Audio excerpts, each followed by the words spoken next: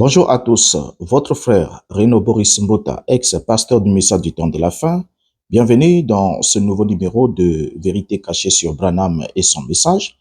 Nous allons parler de la vérité cachée sur l'identité de cette lumière. Alors, notamment la photographie de la lumière photographiée au-dessus de la tête de William Branham, cet halo de lumière. Cette photographie qui est quasi permanente et indispensable dans tous les cultes du message du temps de la fin. Et qu'est-elle réellement? Alors, nous allons ici non pas aborder cette question comme cela est traité du haut des chairs des tabernacles, parce que ils ne vous diront jamais la vérité, ils ne peuvent que tenter de vous embrouiller pour que vous ne vous en sortiez pas, parce qu'ils savent exactement qu'est-ce qu'ils ont à gagner. Mais nous, ici, nous allons ensemble avec vous traiter de cette question pour démontrer la vérité cachée sur l'identité de cette lumière. Que dit William Branham sur l'identité de cette lumière?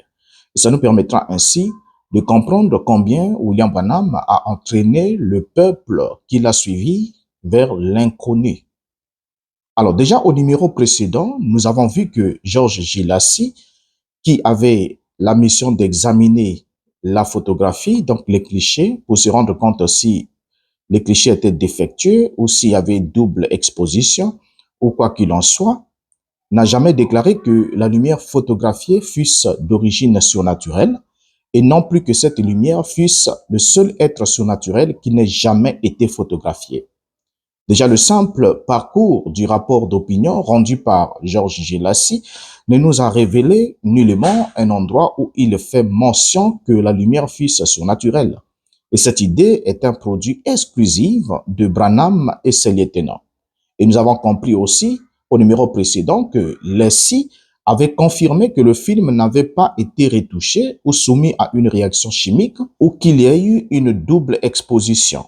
Et en bref, George Lassie confirma que la lumière avait frappé l'objectif, ce qui est une déclaration logique car pour qu'une image se forme sur le négatif, la lumière doit indispensablement frapper l'objectif. Vous voyez? Et on avait ensemble compris que quand le bouton d'un appareil photo est appuyé, l'image négative se forme sur le film si et seulement si la lumière frappe l'objectif, car il n'y a pas d'image en absence de la lumière. Donc la conclusion que George Lassie avait émise était une conclusion normale pour toute photographie. Et le fait pour George Lassie d'affirmer que la lumière avait frappé l'objectif avait permis à Branham de spéculer que cet halo de lumière fût un être surnaturel, alors qu'en vérité, le scénario qui a conduit à la formation de cette photographie est tout à fait naturel. Et dans la présente vidéo, nous allons étudier l'angélisme de Branham avant et après la photographie du 24 janvier 1950 et ses conséquences. Alors, on commence à lire Branham dans cette première citation. Nous prenons le ministère expliqué, prêché le 11, 7e mois 1950. Nous sommes là dans l'année de la photographie. Au paragraphe 8, Branham nous dit ce qui suit. Plus tard dans la vie, cela a continué à apparaître. Cela me montrait des choses. Je disais juste ce que cela me montrait. Cela n'a jamais manqué de s'accomplir jusqu'à là. En 1947, 46, plutôt en avril, ou plutôt le 7 mai, dans une pièce, l'ange du Seigneur est entré dans la pièce. Quand j'ai vu cet homme, c'est là, depuis il me parlait, je ne le connaissais pas. Quand je l'ai vu, c'était la première fois pour moi de le voir, donc sous une forme humaine. Alors, on vient de lire ici William Branham qui nous fait une déclaration importante pour nous dire que l'ange qui le parlait était constamment invisible. Donc, Branham ne le connaissait pas. Il dit qu'il ne connaissait pas cet ange. Et il a dit que l'une des fois où l'ange est apparu à lui, c'était lors du baptême à la rivière Ohio. S'il est descendu sous la forme d'une étoile. Voilà, une étoile descendant du ciel. Et pour la première fois que Branham l'a vu dans la forme humaine, c'était en date de 7 mai 1947 ou 46. Voilà, lorsque l'ange vint à lui, Branham dit que c'était la première fois qu'il l'a vu sous une forme humaine. Et ça, nous le soulignons. C'est important. Il s'agit bien de l'ange. Et retenons ce point, il est important. Nous voulons connaître l'identité réelle de cette photographie. Alors, déjà, lorsque Branham nous parle de l'ange ici, il nous dit que la première fois que cet ange lui est apparu sous une forme humaine, c'était quand l'ange est entré dans la pièce en 1947, donc à l'épisode où l'ange était venu lui donner sa commission de prier pour les malades. C'est là que Branham l'a vu pour la première fois sous une forme humaine. Ce qui sous-entend que pour traiter avec Branham dans d'autres circonstances, l'ange n'avait jamais pris une forme humaine, mais l'ange apparaît sous la forme humaine à William Branham la première fois, voilà, lorsqu'il est venu lui donner la commission de prier pour les malades. Or, dans les canons bibliques, les êtres angéliques, qui sont les malakim en hébreu, fonctionnent principalement comme des messagers et serviteurs de Dieu, ce qui est tout à fait logique. Mais les anges de Dieu bibliques ne fonctionnent jamais comme des intermédiaires spirituels autonomes. Ça veut dire qu'aucun ange de Dieu n'a l'autonomie d'action. Toute leur action est l'exécution d'un ordre divin. Donc, leur autorité est systématiquement présentée comme étant une autorité dérivée, mais jamais indépendante. Donc, on doit souligner que dans leur présentation visuelle et populaire, les anges sont des êtres humanoïdes, c'est-à-dire qu'ils apparaissent aux êtres humains avec un corps humain. Soit ils sont invisibles, on entend juste la voix, on ne les voit pas, mais lorsqu'on voit la manifestation angélique, ça a toujours été un être humanoïde. Donc, les anges de Dieu bibliques ne se sont jamais manifestés sous la forme d'une lumière. Jamais. Ils se sont manifestés sous la forme d'une lumière. Et vous allez remarquer que lorsque même l'ange est descendu dans le buisson ardent, la Bible dit dans Exode chapitre 3, le verset 2, l'ange de l'Éternel lui apparut dans une flamme de feu au milieu d'un buisson. Moïse regarda et voici, le buisson était tout en feu et le buisson ne se consumait point. On voit ici dans ce texte, la Bible nous montrait que l'ange de l'Éternel lui apparut dans une flamme de feu. La flamme de feu n'était pas l'ange, mais l'ange était dans la flamme de feu. Vous voyez? Il lui apparut dans une flamme de feu. C'est un ange qui est apparu dans une flamme de feu. Et lorsque la Bible parle de l'ange ici, la manifestation de l'ange a toujours été une manifestation humanoïde. Donc, quand l'ange se rend visible, il est humanoïde. Ce que nous avons déjà compris ici dans la Bible, même quand la Bible parle de la colonne de feu d'Israël qui conduisait les enfants d'Israël, nous l'avons déjà compris avec les textes, que cette colonne de feu était le voile de l'Éternel.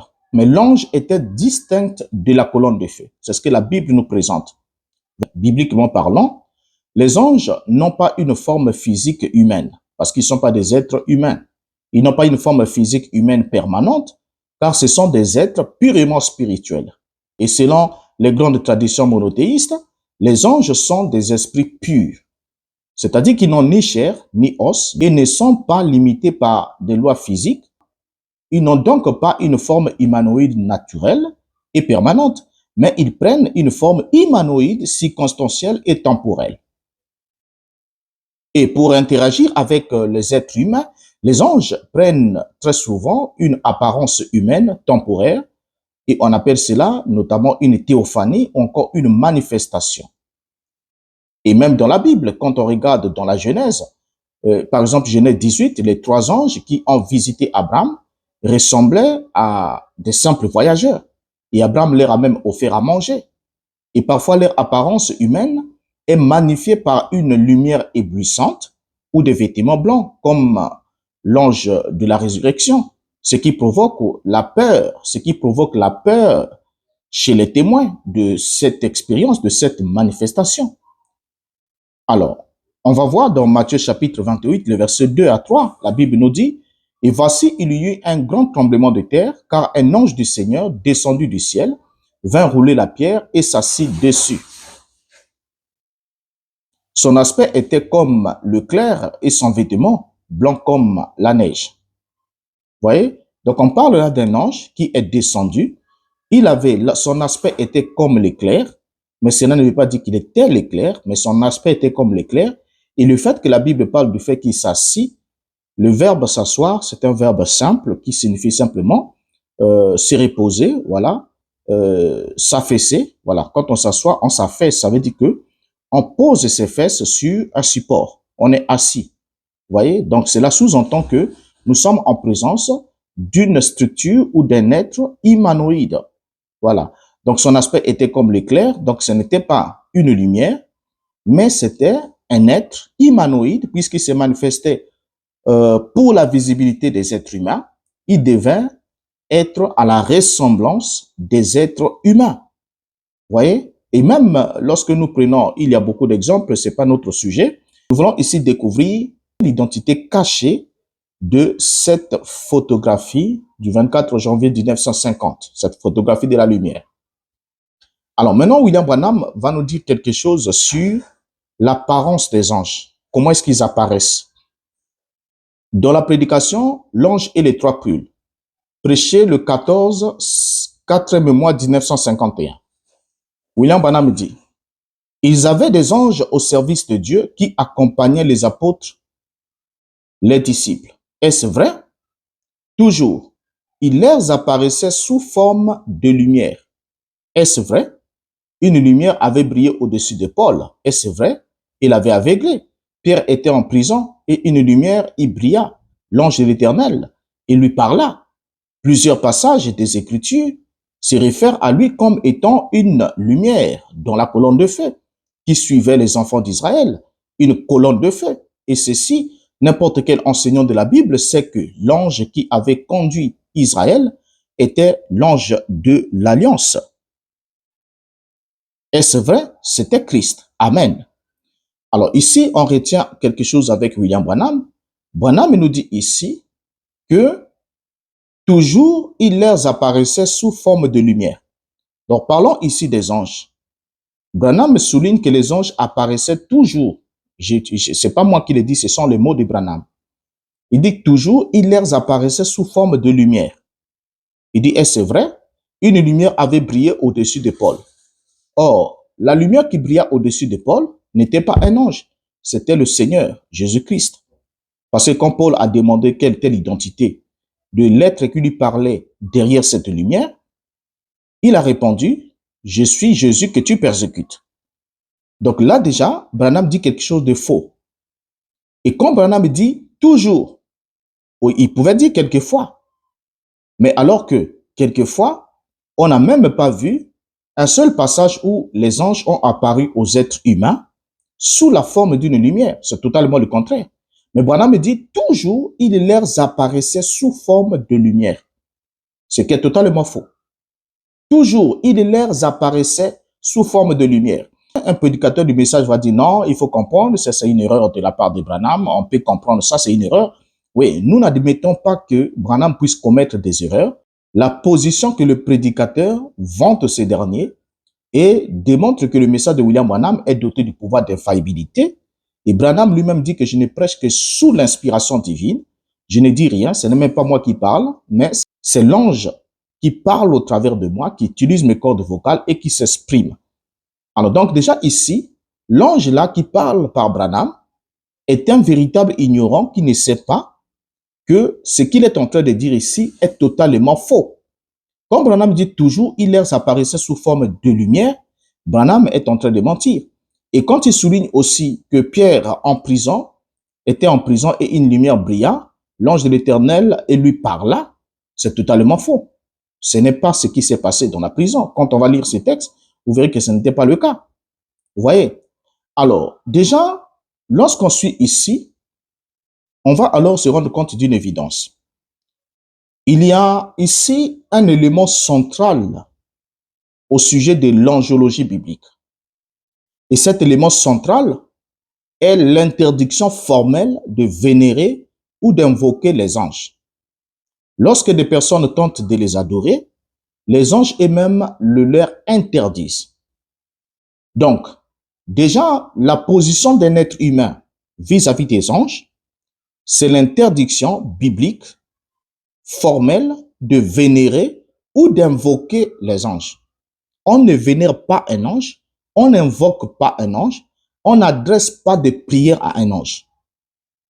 Vous voyez, lorsqu'on est serviteur de Dieu, bien sûr, du Dieu de la Bible, on n'invoque pas des anges, on n'adore pas des anges, on ne vénère pas des anges, on ne leur adresse pas de prières. Et la responsabilité aussi des anges divins, c'est que lorsque des hommes tentent de les adorer, déjà les anges de Dieu ne répondent pas aux invocations humaines, ils ne répondent pas aux prières des hommes. Maintenant, lorsqu'ils viennent en mission sur la terre, et lorsque des personnes tentent de les adorer, les anges eux-mêmes le leur interdisent. Ils le leur interdisent. Nous avons vu que dans l'Ancien Testament, il y a eu des actes de proxénétisme devant les anges. Par exemple, Josué qui s'est prosterné devant l'ange de l'Éternel, vous voyez? Et nous avons vu d'autres cas, Abraham aussi qui s'est prosterné devant ces 3 visiteurs qui étaient descendus pour aller vers Sodome. Abraham s'est prosterné devant eux, ils ne l'ont pas arrêté. Les actes de proxénétisme dans l'Ancien Testament n'étaient pas des actes d'adoration. Ce n'étaient pas des actes d'adoration parce que c'était aussi une façon d'honorer un étranger ou quelqu'un qu'on reconnaissait comme un seigneur, comme étant supérieur, et il fallait lui témoigner une certaine marque d'humilité. Et c'était passable à cette époque-là. C'était vraiment passable. Parce qu'on va lire certains passages où la Bible nous dit Abraham se prosterna devant les habitants du pays. Vous voyez, quand Abraham se prosterne devant les habitants d'un pays, Abraham n'est pas en train d'adorer les habitants de ce pays. Mais une fois qu'on arrive dans la nouvelle alliance, Christ verse son sang. Et Christ est élevé au-dessus de toute autorité, au-dessus de tout ange. Donc tout lui est soumis. Alors la Bible nous précise bien que nos genoux doivent fléchir au nom de Jésus-Christ et devant le Père. Ainsi dit, on ne peut plus aujourd'hui voir un enfant de Dieu fléchir ses genoux devant une entité angélique. Et si par mégarde, un homme de Dieu fléchit ses genoux devant une entité angélique, si cet ange-là est un ange de Dieu, cet ange ne le laisserait pas rester dans cette position, va automatiquement l'arrêter. Vous allez même voir que lorsque Pierre entre dans la maison de Corneille, quand Corneille se prosterne devant lui, Pierre l'arrête et lui dit, ne le fais pas, je ne suis qu'un homme comme toi. Une façon de dire que les choses ont changé. Pourtant, Abraham l'a fait là-bas, ça n'a pas posé de problème. Mais étant dans la dispensation de l'esprit, la dispensation où tous les supports matériels sont écartés de la vraie adoration, Pierre ne l'a pas accepté. N'a pas accepté l'attitude, la prosternation de Corneille qui était un païen. Vous voyez? Et l'apôtre Paul aussi, avec l'autre apôtre, lorsqu'ils ont opéré les miracles, et que on leur a attribué la divinité, on a dit les dieux sont descendus parmi nous sous les formes humaines, et on a voulu aussi les adorer, ils n'ont pas accepté cela. Vous voyez, et ils ont réorienté l'adoration vers Dieu. Quand Jean dans l'île de Patmos a voulu adorer l'ange à 2 reprises, l'ange l'a arrêté et a réorienté l'adoration vers Dieu. Maintenant, allons avec William Branham. On va suffisamment le lire, puisque ça ne doit pas être nous qui devons parler, mais on doit suffisamment le lire pour voir le comportement de Branham qui va nous permettre d'identifier cette photographie. Dans la prédication, les enfants d'Israël, ou les enfants dans le désert, prêché le 23, 11e mois 47, le paragraphe 3. Branham dit, là c'est très tôt, hein, nous sommes là en 1947, donc avant la photographie de l'ange, avant la photographie de la lumière. Et quand l'ange du Seigneur m'a parlé, la dernière fois qu'il a parlé, à propos, avant-hier soir, je l'ai revu dans la chambre pour la première fois depuis environ 6 mois. Mais il ne m'a point parlé. Il se tenait simplement à la porte, me regardant, et quand je me suis retourné, je me suis empressé de tomber sur ma face. Mais quand je me suis relevé, il était reparti. Donc ici, Branham nous montre là une expérience qu'il a passée avec son ange. Il a vu son ange debout à la porte, et quand Branham a vu l'ange, qu'est-ce que Branham a fait? Il dit qu'il s'est empressé de tomber sur sa face. Et quand Branham tombe sur sa face devant cet ange, l'ange ici ne retient pas le mouvement de Branham. Et vous allez voir que plus loin, j'ai pas coté la citation ici. Si quelqu'un en a besoin, je pourrais vous mettre ça en commentaire. Il suffit de le demander en commentaire. Un peu plus loin, dans la même suite, Branham va expliquer qu'est-ce qui s'est passé pour que cet ange s'en aille. Donc, Branham était en train d'adorer cet ange. Parce que pendant que Branham s'est prosterné, il est tombé sur sa face, Branham n'était pas silencieux. Branham est tombé sur sa face, Branham a commencé à crier. C'est-à-dire qu'il commençait à parler à cet ange, mais il parlait très fort. Il poussait des cris là-bas, devant cet ange-là. Voyez? Et lorsque Branham a commencé à le faire, il y a eu un frère parmi les organisateurs de réunions des compagnes de Branham qui est entré dans la chambre, pensant que Branham avait un problème. Et comme l'ange était debout à la porte, le fait que le frère ouvre brusquement la porte a fait que cet ange puisse s'en aller. Donc, c'est l'action du frère qui a ouvert la porte qui a interrompu l'adoration de l'ange pratiquée par William Branham. Vous voyez? Alors, déjà ici, cette attitude, rapportée par Branham lui-même, nous démontre ici que cet ange-ci a un sérieux problème. Donc, Branham pouvait tomber sur sa face, mais si cet ange était un ange de Dieu, il aurait arrêté l'action de Branham. Ce ne devait pas être le frère qui avait ouvert la porte. Et Branham avait même regretté pourquoi le frère avait ouvert la porte. Il dit, bon, c'est un bon frère, il n'a pas fait expressément et tout, et tout, et tout. Mais il a regretté parce que pour Branham, il devait continuer à savourer son adoration d'ange. Et c'est le frère qui l'avait interrompu. Alors, maintenant, évoluons avec Branham. On comprend déjà ici que Branham se prosterne devant son ange le laisse faire et Branham adore son ange. Dans la prédication Expérience, prêchée le 2 mars 1948, le paragraphe 145, Branham dit, « Oh Dieu, je plaide. Oh, devant toi, je me prosterne pour te demander de tout mon cœur. » Il y a un point. Ensuite, « Ange de Dieu, toi qui es venu dans la chambre cette nuit-là et qui m'a dit ces choses, j'ai essayé de rester fidèle à cela. Oh, ne voudras-tu pas avoir pitié de cette pauvre petite femme?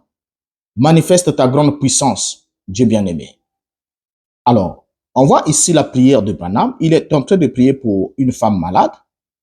Et dans cette prière, on entend Branham qui dit, « Oh Dieu, je plaide. » Donc, il est dans une plaidoirie.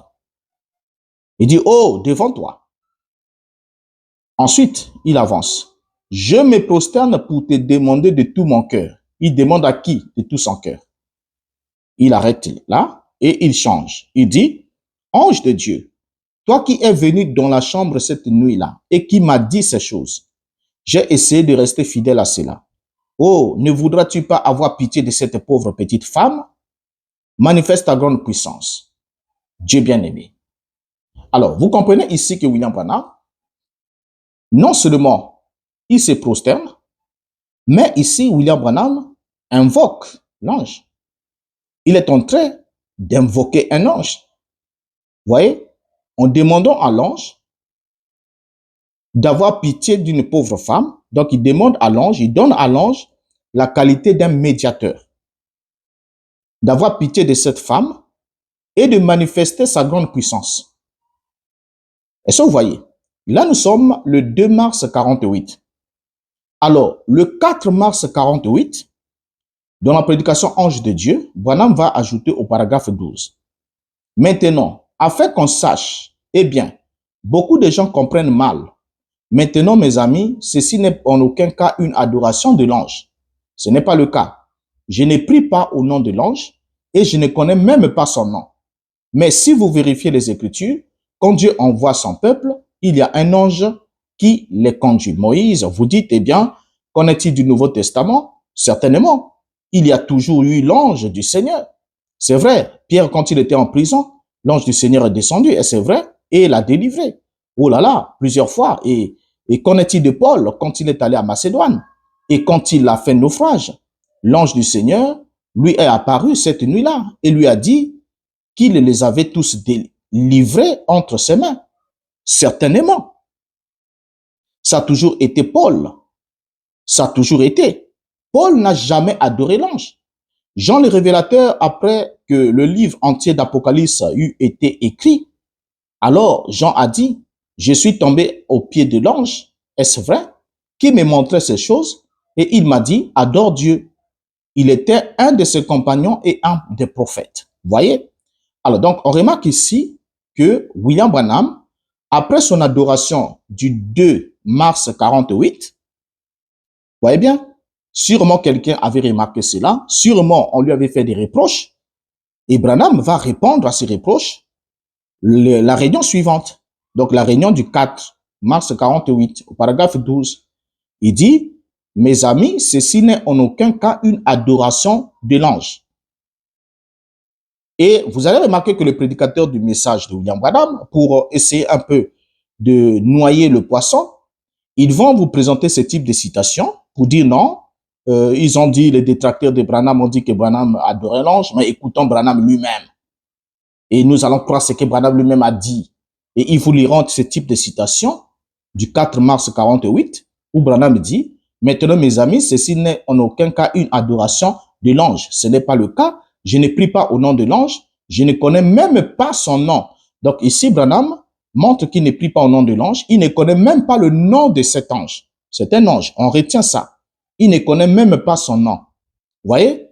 Alors, lorsque on évolue avec William Branham, puisque Branham est dit ici que lui ne prie pas au nom de l'ange, ce n'est pas une adoration d'ange, il ne connaît même pas son nom. Mais chose curieuse, c'est que, comme dit l'adage, chasser le naturel et il revient au galop.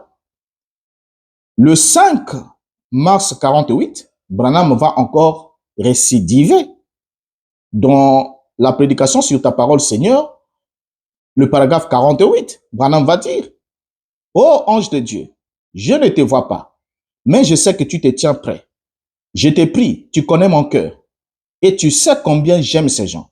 Tiens-toi à mes côtés ce soir, et que personne ne passe par ici sans la foi. Et je sais que tes paroles sont vraies. Je t'ai pris au mot, car tu as dit que tu étais envoyé de Dieu. Je t'ai cru, et tu t'es tenu à mes côtés. Tu as confirmé la parole par des miracles qui l'ont accompagné. Maintenant, une fois de plus ce soir, en cette date du 5 mars, cette soirée mémorable, puisses-tu te tenir maintenant là et guérir chacun. Accorde-le. Puisse chaque démon être soumis au nom de Jésus-Christ. » Alors, vous voyez ici, Branham qui a dit que il n'adore pas l'ange, il ne prie pas l'ange, ne prie pas au nom de l'ange, il ne connaît même pas son nom.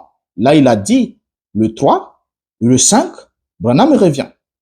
C'est une prière adressée à l'ange. Regardez bien, c'est une prière adressée directement à l'ange. Donc ici, Branham fait de l'ange le médiateur entre lui, entre Dieu et son peuple, attribuant à cet ange des qualités de guérir, voilà, de guérir les gens, de donner la foi aux gens et de faire toutes ces choses. Nous sommes là bien dans un culte angélique. Or, lorsque nous regardons dans la Bible, il y a eu quelqu'un qui avait prié, qui avait besoin qu'un ange vienne pour lui donner une information. Parce que l'ange était d'abord envoyé. C'était Manoach, le père de Samson. Mais Manoach avait prié Dieu de renvoyer l'ange. Mais Manoach n'avait jamais prié l'ange lui-même de revenir. Regardez bien l'Esprit de Dieu. Dans Juge chapitre 13, le verset 8 à 10, la Bible nous dit, Manoach fit cette prière à l'Éternel. Ah Seigneur, que l'homme de Dieu que tu as envoyé vienne encore vers nous et qu'il nous enseigne ce que nous devons faire pour l'enfant qui naîtra. Dieu exauça la prière de Manoach et l'ange de Dieu vint encore vers la femme. Elle était assise dans un champ et Manoach, son mari, n'était pas avec elle. Elle courut promptement donner cette nouvelle à son mari et lui dit, « Voici, l'homme qui était venu l'autre jour vers moi m'est apparu. » Donc vous comprenez là que, une fois de plus, que quand les anges apparaissaient aux hommes dans l'Ancien Testament, ils apparaissaient dans une forme humanoïde, de telle sorte qu'on les prenait pour des hommes ordinaires. Et ici, la femme dit, l'homme de Dieu, voilà. Et dans la prière de Manoach, il s'adresse à l'Éternel en lui demandant, vous voyez, il dit que l'homme de Dieu que tu as envoyé vienne encore vers nous. Donc, ça veut dire que cet ange-là ne peut pas exaucer la prière de Manoach. Manoach ne s'est pas adressé à l'ange, mais il s'est adressé à Dieu parce qu'il sait que les anges de Dieu ne sont pas autonomes, mais ils agissent en fonction des recommandations divines. Et même dans le psaume 103, le verset 20 au verset 21, la Bible nous dit, « Bénissez l'Éternel, vous ses anges, qui êtes puissants en force et qui exécutez ses ordres en obéissant à la voix de sa parole. Bénissez l'Éternel, vous toutes ses armées, qui êtes ses serviteurs et qui faites sa volonté. » Donc, vous voyez ici, Les anges sont présentés comme étant les êtres puissants en force, mais qui exécutent les ordres en obéissant à la voix de la parole de Dieu. Donc, la seule voix qui peut faire mouvoir un ange de Dieu, c'est la voix de Dieu, c'est la parole de Dieu. C'est quand Dieu leur parle qu'ils écoutent, ils obéissent. D'où un ange de Dieu ne peut pas répondre à une prière, la prière d'un homme. Il ne peut pas le faire. Et même dans Matthieu chapitre 26, verset 53, Jésus dit, penses-tu que je ne puisse pas invoquer mon Père qui me donnerait à l'instant plus de 12 légions d'anges? Voyez, ici, Jésus n'a pas dit qu'il peut invoquer les anges, mais il dit qu'il peut invoquer son Père. Et c'est à son Père de lui donner une douzaine de légions d'anges. Et dans Hébreux chapitre 1, le verset 14,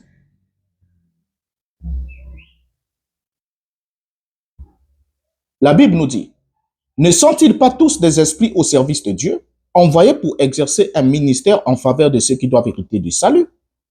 Donc les anges ici sont présentés comme étant des esprits au service de qui? De Dieu.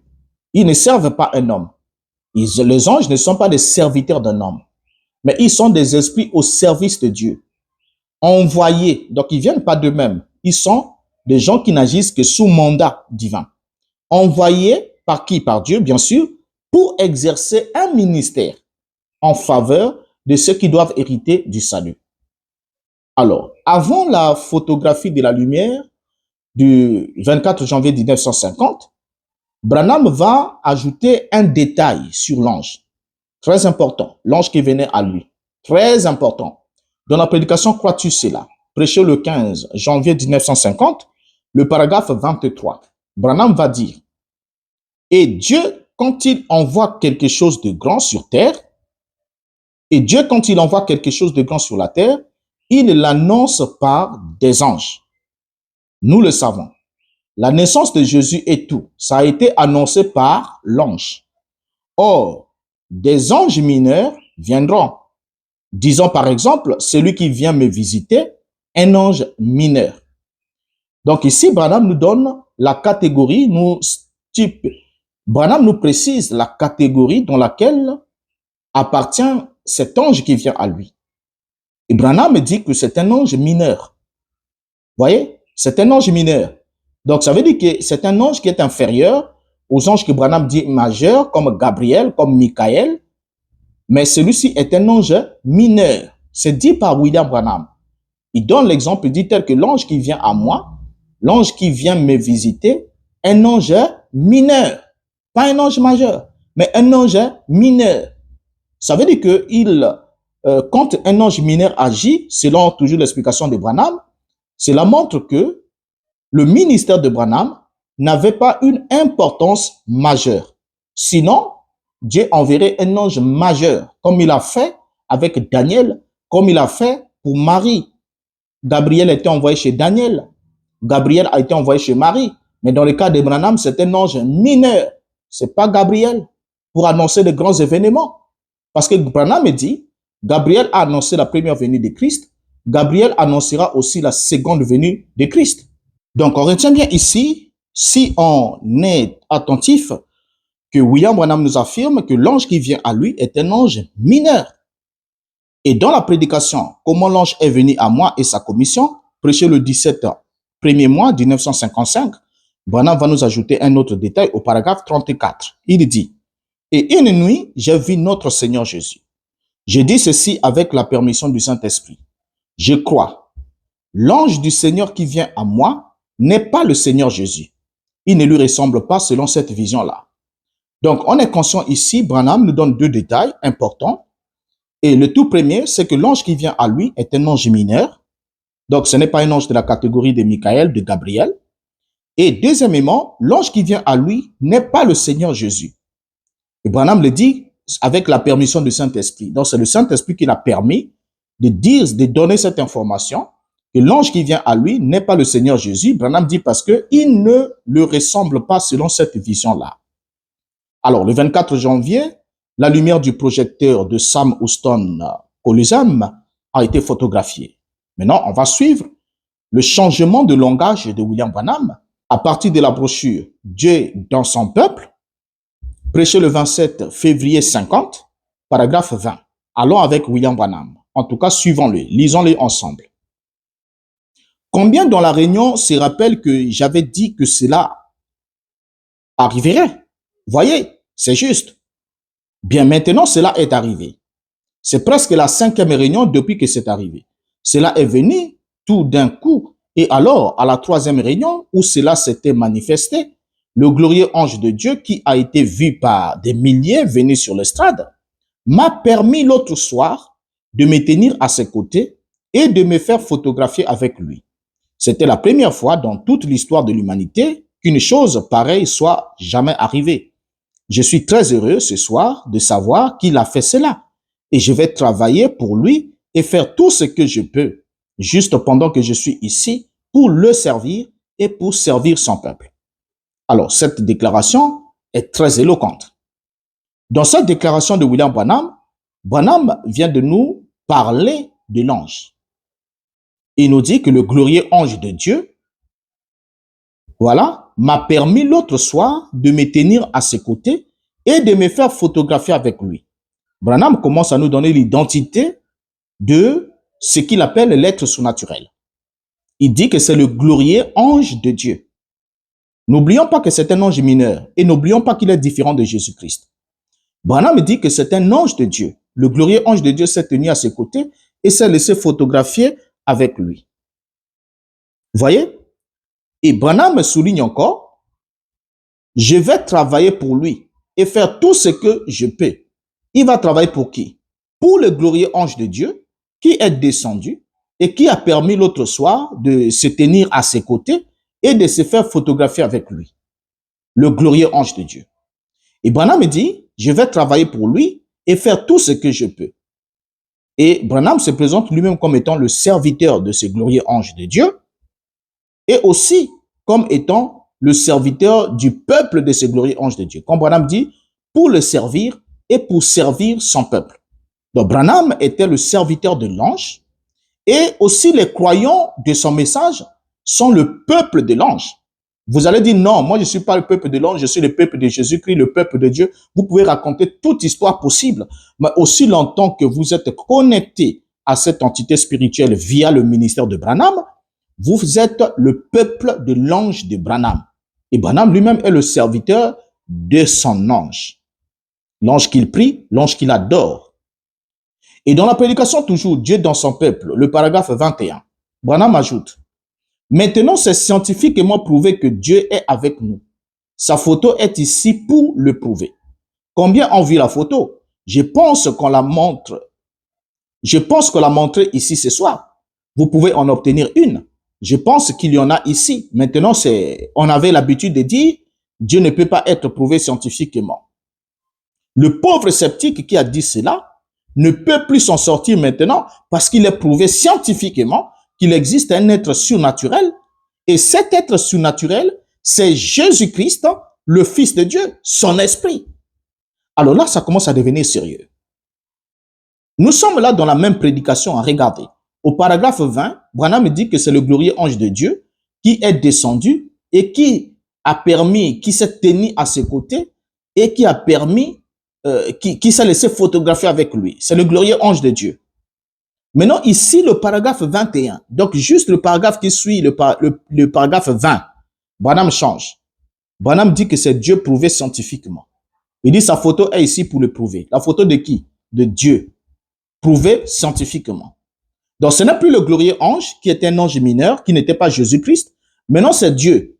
Et Branham lui-même continue. Il dit que cette photographie il dit que le pauvre sceptique qui a dit cela ne peut plus s'en sortir maintenant parce qu'il est prouvé scientifiquement qu'il existe un être surnaturel.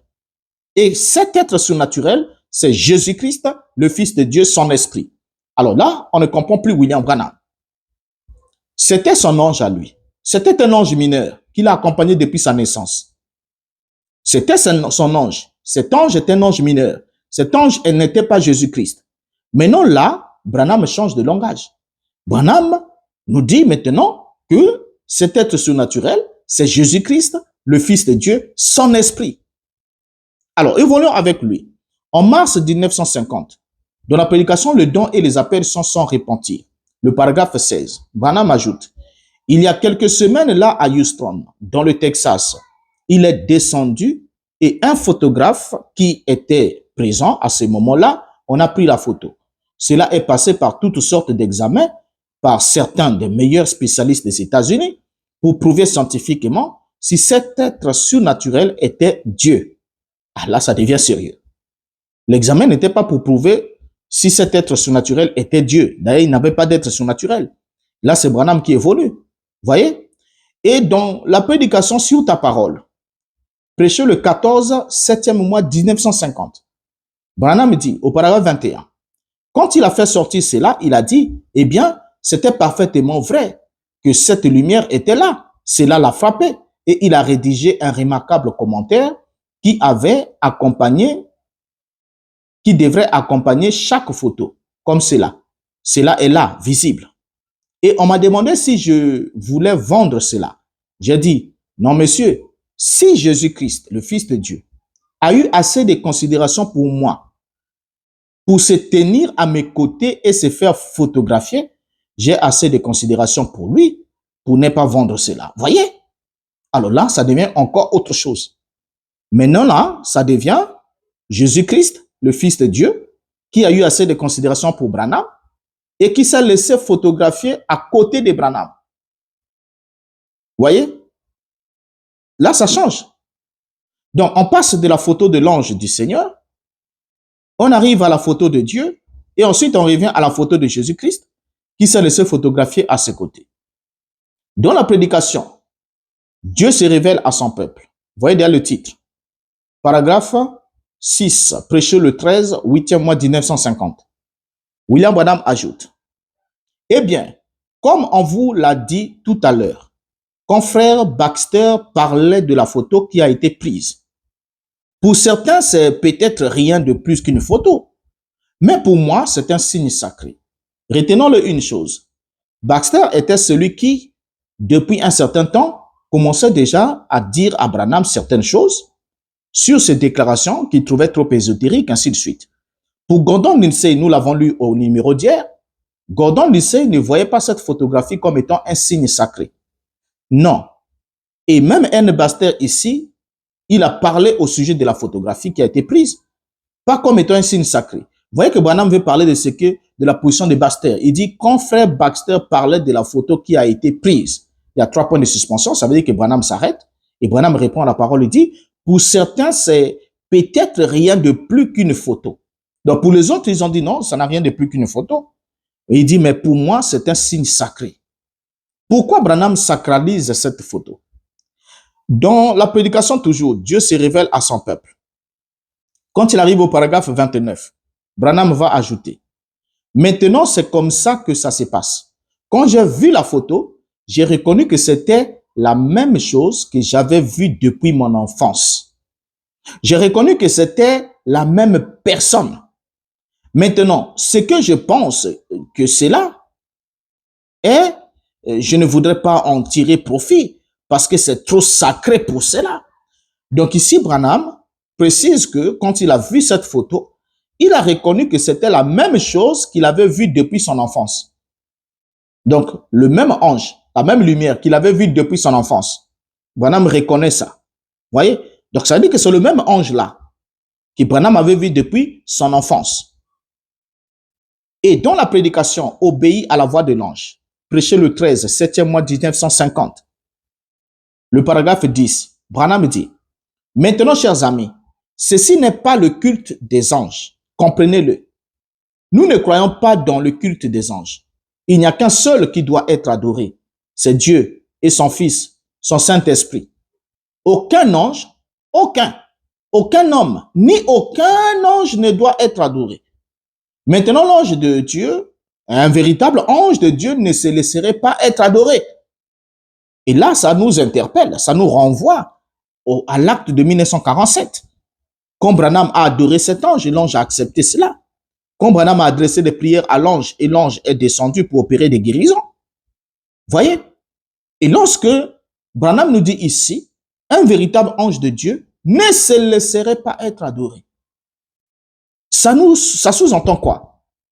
Ça sous-entend, puisque mon ange m'a laissé l'adorer, alors vous tirez la conclusion. Branham est clair. Donc, si les gens veulent se perdre, ils vont se perdre par eux-mêmes, par leur entêtement, pour servir les intérêts de certaines personnes. Branham est clair. Il dit, un véritable ange de Dieu ne se laisserait pas être adoré. Maintenant, si on se retrouve en face d'un ange qui se laisse être adoré, un ange qu'on invoque et qui vient, un ange qu'on prie, on lui fait des requêtes et il vient. Alors que Jésus a dit, tout ce que vous demanderez au Père en mon nom, je le ferai. On demande à qui? Au Père, au nom de Christ. Mais ici, Branham, lui, fait ses demandes à l'ange. Mais qui alors agit? Est-ce que c'est Jésus qui agit? Est-ce que c'est Dieu qui agit? Non. C'est son ange. Or, Paul dit même un ange du ciel qui vient enseigner ce qui est contraire à ce que nous avons enseigné, qu'il soit anathème. Donc ici, Branham est clair. Un ange, aucun ange ne doit être adoré et un véritable ange de Dieu ne se laisserait pas être adoré. C'est Branham. Maintenant, lisons-le. Donc, comment l'ange est venu à moi? Prêché le 17 janvier 55, le paragraphe 281. Il va nous ajouter un autre détail. Je crois que c'est la même colonne de feu qui a conduit les enfants d'Israël de l'Égypte jusqu'en Palestine. Je crois que c'est le même ange de lumière qui est entré dans la prison et qui est allé retrouver Saint-Pierre, qui l'a touché et qui est allé ouvrir la porte et l'a fait sortir à l'extérieur, dans la lumière. Je crois que c'est Jésus-Christ, le même hier, aujourd'hui, pour toujours. Amen. Il est le même Jésus aujourd'hui qu'il était hier. Il sera pour toujours le même Jésus. Branham ici est en train de dire ce qu'il croit de cette photographie qu'il tient, de cette photographie de la lumière. Il croit quoi? Il dit, je crois que c'est la même colonne de feu qui a conduit les enfants d'Israël de l'Égypte jusqu'en Palestine. Point. Je crois que c'est le même ange de lumière qui est entré dans la prison et qui est allé retrouver Saint-Pierre et qui l'a touché et qui est allé ouvrir la porte. Déjà, quand Branham parle de l'ange de lumière, Branham ment. L'ange qui est allé, voilà, il y avait une lumière qui accompagnait l'ange. Mais ce n'était pas une... Quand Branham dit un ange de lumière, on ne sait pas à quoi est-ce qu'il fait allusion. Alors que l'ange qui est allé sortir Pierre de la prison avait des mains parce qu'il a touché Pierre. Branham le dit lui-même, la Bible le dit, il l'a touché. Il y a eu un contact manuel. Mais la lumière photographiée dans le Sam Colosam n'a pas de main, n'a pas de tête, n'a pas de main, n'a pas de pied. Donc, c'est pas un ange. Lorsqu'un ange apparaît, pour qu'un ange devienne visible devant les êtres humains, ce dernier doit être humanoïde. Les anges que Dieu a envoyés vers les hommes, soit ils sont invisibles, mais quand ils deviennent visibles, ils sont humanoïdes. Donc, ils ont des mains pour toucher. Ils ont des fesses pour s'asseoir. Ils ont des pieds pour marcher. Des pieds même qu'on peut laver, comme ceux qui sont allés voir Abraham. Ils ont même la bouche pour manger. Parce que Dieu leur accorde cela de façon temporelle. Vous voyez un peu? Alors, donc, par la suite, on va aller avec Branham. Branham qui dit, on n'adore pas l'ange. Branham qui dit que ce n'est pas une adoration d'ange, n'est-ce pas? C'est des citations qu'on pourra toujours vous dire. Mais en 55, Branham dit que cette photographie, la colonne de feu, c'est la colonne de feu qui a conduit Israël. Et nous savons que la colonne de feu de la Bible qui a conduit Israël était le voile de l'Éternel. Et Branham dit que cette photographie, c'est la colonne de feu qui a conduit Israël. OK. Il ajoute que c'est le même ange de lumière qui est entré dans la prison. Est-ce que l'ange qui est entré pour sortir Pierre de la prison, est-ce que c'est l'Éternel? Est-ce que c'est l'Éternel? Ou bien un ange qui a reçu le mandat d'aller délivrer Pierre parce que il y avait un groupe de croyants qui étaient en train de prier Dieu d'accorder la délivrance à Pierre. Vous allez remarquer que quand l'ange sort Pierre de la prison, quand Pierre va retrouver les frères là où ils étaient en train de prier, ils ont eu même peur, ils ont pensé qu'il s'agissait de son fantôme ou de son esprit.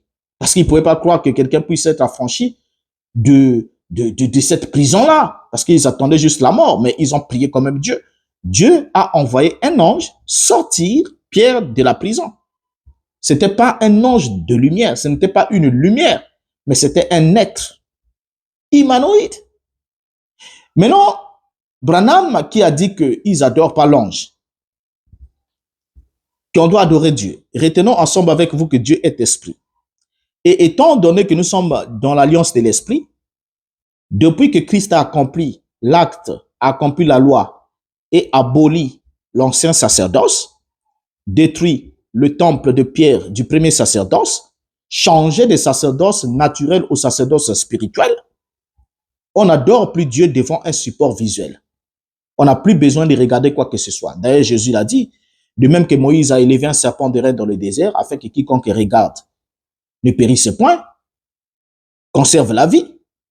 De même, le Fils de l'homme sera élevé, afin que quiconque croit ne périsse point. Vous allez voir que dans le cas de Moïse, il fallait regarder. Mais dans le cas de Christ, nous ne sommes plus dans la dispensation du regard, mais on est dans la dispensation de la foi. Et la foi regarde un invisible. Jésus n'a pas dit afin que quiconque regarde. On n'a pas à regarder l'élévation du Fils de l'homme. Mais nous avons à croire à l'élévation du Fils de l'homme. Ce qui veut dire qu'on doit regarder à l'invisible. Et l'heure vient où ce ne sera ni sur cette montagne, un lieu physique, ni à Jérusalem, un lieu physique, le temple de Pierre, qu'on adorera le Père. On l'adorera en esprit et en vérité, et Dieu veut des adorateurs qui l'adorent en esprit et en vérité. Et quand on parle de l'esprit et de la vérité, cela exclut tout support matériel dans l'adoration. Maintenant, qu'est-ce que Branham va nous dire? Dans Joseph rencontre ses frères, prêché le 30-12e mois 1956, le paragraphe 13, suivant Branham, il dit, « Et elle est descendue et a pris cette photo où le Seigneur s'est fait photographier, la colonne de feu. Vous tous, vous avez vu cela, je suppose. Elle a posé cela par terre et elle a dit, « Bien-aimé Dieu du ciel, a-t-elle dit, aide-moi à trouver immédiatement frère Branham. Il me le faut. » Et elle a dit, « Que l'ange de Dieu me conduise à lui. » C'est ce qu'il faut. Branham termine et dit, c'est ce qu'il faut. Qu'est-ce qu'il faut? C'est-à-dire que pour que vous priez Dieu, Branham est en train d'orienter que pour que vous priez Dieu, si vous avez besoin de mon concours, voilà, pour que vous priez Dieu, qu'est-ce qu'il faut faire? Vous devez prendre la photo comme cette femme a fait. Parce que quand Branham dit c'est ce qu'il faut, ça veut dire que vous devez suivre le même schéma. Qu'est-ce que Branham est en train d'enseigner ici? Cette femme a pris la photo. Branham dit, elle a pris cette photo où le Seigneur s'est fait photographier. Regardez, ce n'est plus l'ange qui s'est fait photographier. Vous voyez? Ce n'est plus son ange. Hein?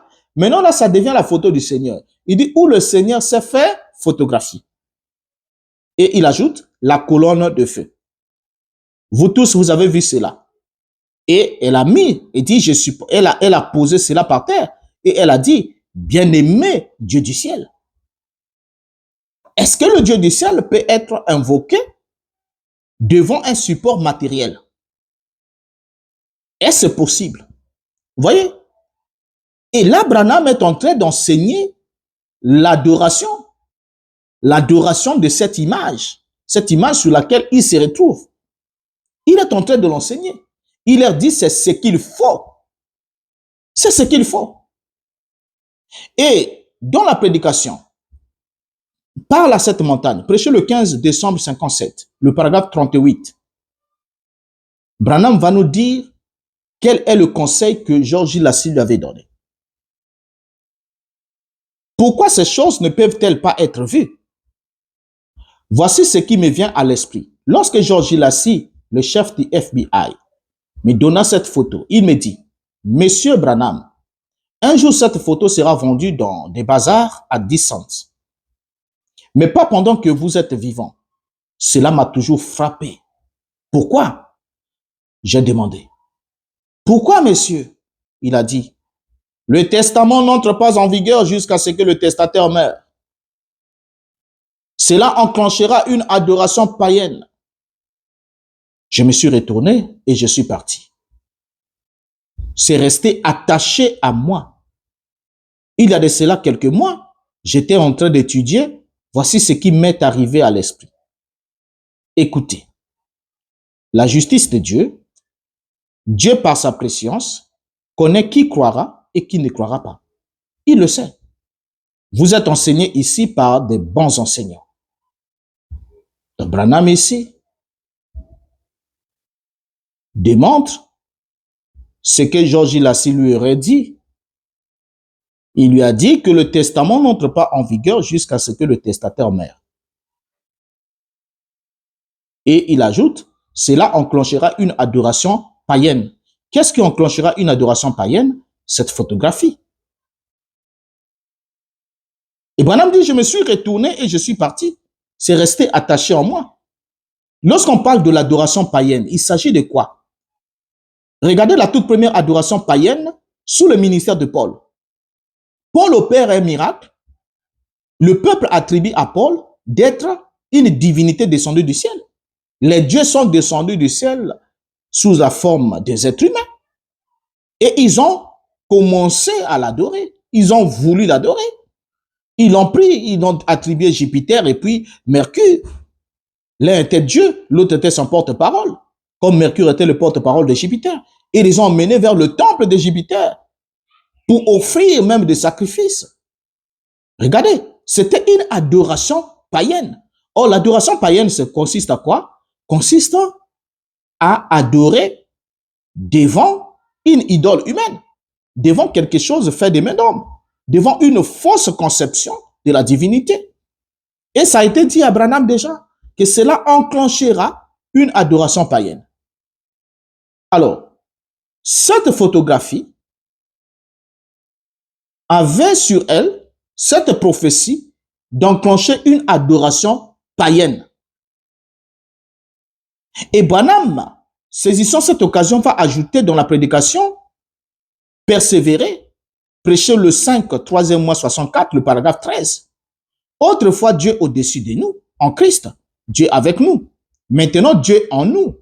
C'est Dieu qui retourne dans l'homme pour adorer, être adoré à travers l'homme, l'intermédiaire de Dieu. Dieu ne fait rien sans avoir un homme comme intermédiaire, comme aide. Ici, Branham est précis. Dieu retourne dans l'homme. Pour faire quoi? Pour adorer. Première action. Ensuite, Branham dit être adoré. Donc, quand Dieu retourne dans l'homme, c'est pour faire ces deux choses. Sinon, Branham. La première des choses, Dieu adore. Et la deuxième des choses, Dieu est adoré. Vous voyez? Donc, Dieu adore pendant que l'homme en question est là. Dieu adore au travers de l'homme. C'est par cette écriture, par cette citation, que ceux qui adorent Branham disent, écoutez, quand Jésus était sur la terre, Dieu était dans la forme d'un homme. Mais étant donné que Dieu était dans la forme d'un homme, Jésus adorait Dieu. Mais après, quand Jésus est parti, les disciples ont commencé à adorer Jésus. Donc Jésus est passé de l'adorable, de l'adorateur à l'adorable. Et c'est le même schéma qu'on répète pour ce qui concerne l'adoration de Branham, pour ceux qui l'adorent. Enfin, ceux qui ont bien compris son message. Vous voyez, qui disent que Dieu retourne dans l'homme. L'homme ici, c'est pas n'importe qui, c'est bien Branham. Aucun croyant du message ici ne va vous dire que l'homme ici, c'est nous tous. Il faut être détraqué mental, comme dit Branham. Mais si on n'est pas détraqué mental, on comprend que l'homme ici, c'est Branham. C'est Dieu qui retourne dans Branham pour adorer et être adoré à travers Branham. Donc, l'homme là, vous mettez Branham et vous avez lui-même, vous avez ce que Branham voulait laisser entendre. Et pour terminer, Branham va ajouter de reconnaître votre jour et son message. Regardez déjà le titre. Prêcher le 26, 7e mois 64. Le paragraphe 135. Branham dit, j'essaie d'arracher un peuple, de les tailler pour les détacher de ces choses et tout, de les faire sortir de là, de leur montrer par les Écritures que c'est Dieu qui se tient là, avec la confirmation de la colonne de feu, alors que des centaines et des milliers de gens l'ont vu. Et elle a même été prise auparavant avec un appareil photo. Maintenant, maintes et maintes fois, comme preuve. Donc c'est Branham. J'essaie d'arracher un peuple, de les tailler pour les détacher de ces choses et de tout, de les faire sortir de là.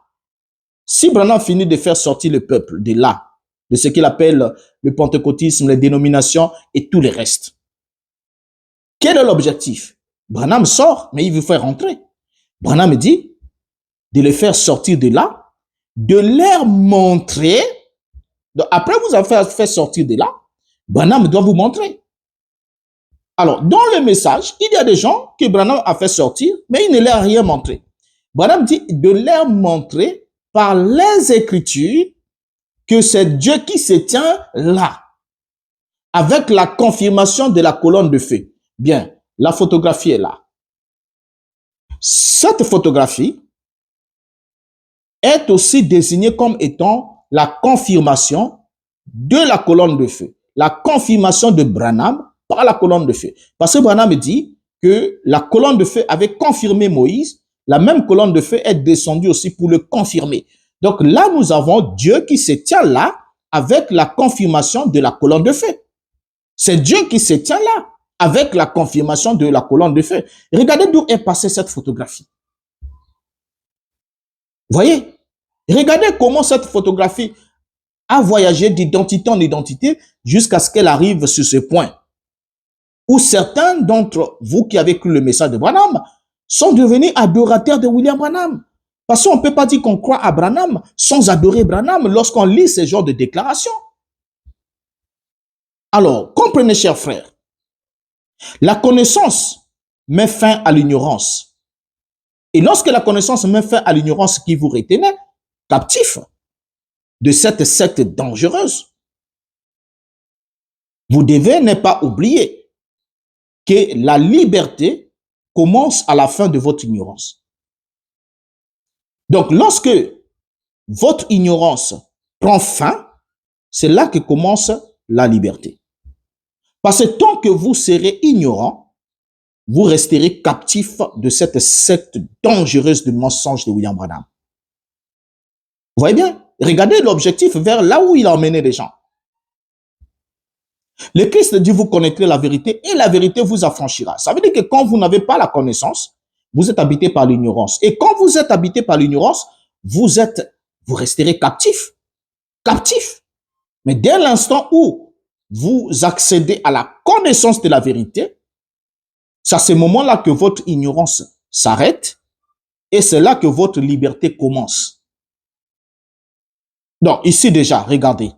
Ici, nous avons la photographie originale, en noir et blanc, lors de sa prise DX par le studio Photo Douglas, comme vous pouvez le voir ici. Un regard attentif, concentré, nous permet de voir des silhouettes à l'arrière vers l'extrémité droite de Branham et une silhouette vers l'être droit, mais à l'avant, sans oublier les silhouettes des auditeurs assis au devant. Mettez même une lunette si vous en avez besoin. Ou au défaut, essayez un peu de demander à l'IA de clarifier un peu cette photographie pour vous montrer quels sont les personnages qui sont là. Mais il y a, sans même le concours de l'IA, sans même améliorer cette photographie avec un regard simple, naturel, vous voyez bien qu'il y a des gens qui sont là. Donc, il y a une partie de l'auditoire qui a été captée. Il y a deux personnes là-bas au fond, à l'extrême droite, qui sont là, qui ont été pris dans cette photographie. Donc, chaque fois que vous entrez dans le tabernacle du message, vous vous prosternez devant tout ce qui y figure. Retenez bien, chaque fois que vous entrez dans le tabernacle du message de Branham, vous vous prosternez, que vous le vouliez ou pas, vous vous prosternez devant tout ce qui figure dans cette photographie. Branham, la chair, le micro, sa Bible, son bloc-notes et l'ampoule, le projecteur et les deux messieurs qui sont debout là-bas. Ensuite, l'autre partie de l'auditoire qui est à peine visible, qui est là. Alors, pour tenter de régler le problème, les lieutenants de Branham vous ont proposé la même photo manipulée pour la faire passer du noir et blanc à la photo en couleur. Ce qui donne ça. Donc, quand vous avez la photo en couleur, vous n'avez plus la photographie originale. Et vous allez voir que les autres éléments gênants ont été ôtés. On a maintenant une photo trafiquée. La photographie en couleur ici, c'est une photo trafiquée. Et comme le Branham aime trop trafiquer avec les photos, voilà. Alors, vous comprenez ensemble avec moi ici combien il est très dangereux de croire le message de Branham et l'identité que Branham a donnée de cette photographie, il a récupéré progressivement pour faire passer cette photo de la photo de l'ange mineur qui le visitait, qui n'était pas Jésus-Christ, pour que ça devienne la photo de Jésus, la photo du Fils de Dieu, la photo du Saint-Esprit, la photo du glorieux ange de Dieu, la photo de la colonne de feu, la photo de je ne sais quoi, et au finish, la photo de Dieu qui se tient là, confirmée par la colonne de feu. Voilà le but poursuivi par William Branham. Alors, vous êtes libre d'accepter de demeurer dans l'ignorance et de rester en captivité, ou de dire c'en est trop et d'accepter la connaissance de la vérité pour mettre fin à l'ignorance qui sera le début de votre liberté. C'était votre frère Renaud Boris Mbota, ex-pasteur du message du temps de la fin. Je vous dis au revoir et vous donne rendez-vous au prochain numéro. Ne manquez pas de vous abonner sur la chaîne si ce n'est pas encore fait, de partager, de liker. C'est aussi une façon pour vous de montrer que vous aimez ce que nous faisons. C'est de mettre votre approbation. Merci. Au revoir.